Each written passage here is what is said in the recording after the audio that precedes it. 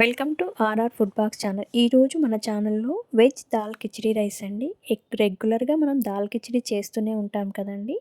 ఇది ప్రాసెసింగ్ కూడా డిఫరెంట్గా ఉంటుంది. టేస్ట్ కూడా చాలా చాలా బాగుంటుందండి. మనం రెగ్యులర్గా చేసే రైస్ కన్నా ఇది చాలా టేస్టీగా ఉంటుందండి. కిచిడీని అందరు కుక్కర్లో చేస్తారు కదండి. ఇక్కడ నేను కుక్కర్లో కాదండి, కడాయిలో చేస్తున్నాను. దీనికోసం ముందుగా మనం ఒక కప్పు పావు రైస్ తీసుకొని, ఒక కప్పు పెసరపప్పు తీసుకొని నీట్గా కడిగి వాటర్ పోసి ఒక హాఫ్ అన్ అవర్ పక్కన పెట్టేసుకోవాలి. ఇప్పుడు స్టవ్ పైన కడాయి పెట్టేసుకోవాలి. కడాయి బాగా వేడయ్యాక ఇందులో ఒక 2 టేబుల్ స్పూన్ల ఆయిల్ వేయాలి.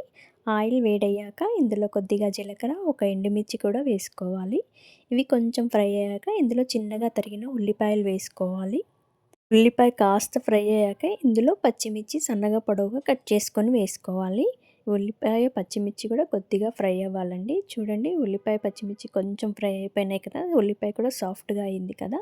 ఇప్పుడు దీంట్లో ఆలుగడ్డ ముక్కలు వేసుకోవాలండి. చిన్నగా క్యూబ్స్లా కట్ చేసుకొని వేసుకోవాలి. ఈ ఆలు క్యూబ్స్ కూడా కొంచెం చక్కగా ఫ్రై అవ్వాలండి. కొద్దిగా ఫ్రై అయితే సరిపోతుంది. చూడండి, ఇప్పుడు పచ్చిమిర్చి, ఆనియన్, ఆలు చక్కగా ఫ్రై అయ్యాక ఇందులోనే చిన్నగా తరిగిన క్యారెట్ ముక్కలు కూడా వేసుకోవాలి. ఈ క్యారెటు, ఆలు, పచ్చిమిర్చి బాగా కొంచెం ఫ్రై అవ్వాలండి. సాఫ్ట్గా అయితే సరిపోతుంది. మరీ ఎర్రగా అవ్వాల్సిన పని లేదండి. ఎందుకంటే ఈ కిచిడీకి ఎర్రగా అవుతే టేస్ట్ ఉండదండి. ఇప్పుడు దీంట్లో సన్నగా తరిగిన అల్లం ముక్కలు వేసుకోవాలి. దీంట్లో అల్లం వెల్లుల్లి పేస్ట్ వాడకూడదండి.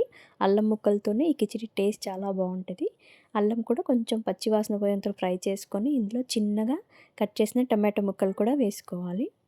ఇప్పుడు వీటన్నిటిని బాగా కలుపుకొని వేపుకోవాలి. అల్లం, టమాటో, ఆలు, క్యారెట్ అన్నీ చక్కగా ఫ్రై అయ్యాక ఇందులో మనం ముందుగా నానబెట్టి పెట్టుకున్న రైస్, పప్పు వేసేసుకొని బాగా కలుపుకోవాలండి.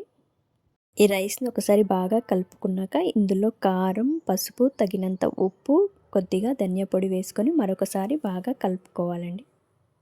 మసాలాలన్నీ రైస్కి పట్టేటట్టు కొద్దిగా బాగా చక్కగా కలిపేసుకొని ఇప్పుడు దీంట్లో ఈ రైస్కి మనం క్వాంటిటీ ప్రకారం వాటర్ వేసుకోవాలండి. ఇందులో మనం ఒక కప్పు రైస్, ఒక కప్పు పప్పు తీసుకున్నాం కదండి.